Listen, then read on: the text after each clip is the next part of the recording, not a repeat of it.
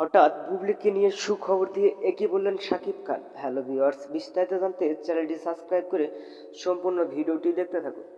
সুপ্রিয় দর্শক, ঢাকাই সিনেমার জনপ্রিয় তারকা সফল জুটি শাকিব বুবলি।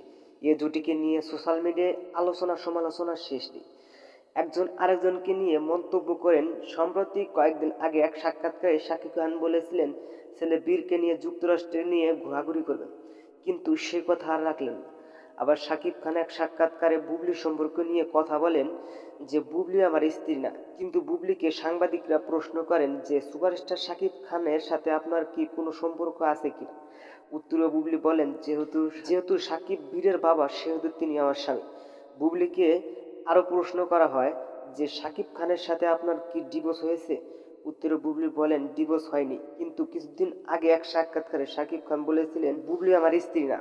কিন্তু এবার সব ভুলে গিয়ে ছেলে বীরের প্রথম দিন স্কুলে নিয়ে যান শাকিব বুবলি। আবার একসাথে ছবি উঠে সোশ্যাল মিডিয়ায় প্রকাশ করেন বুবলি। তার মানে ভক্তরা সবাই মনে করেছেন শাকিব বুবলি আবার এক হচ্ছে। সেই কথাই এবার শাকিব খান বললেন বুবলি ও বীরকে নিয়ে সুখে সংসার করতে চাই।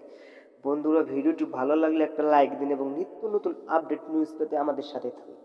অসংখ্য ধন্যবাদ পুরো ভিডিওটি উপভোগ করার জন্য।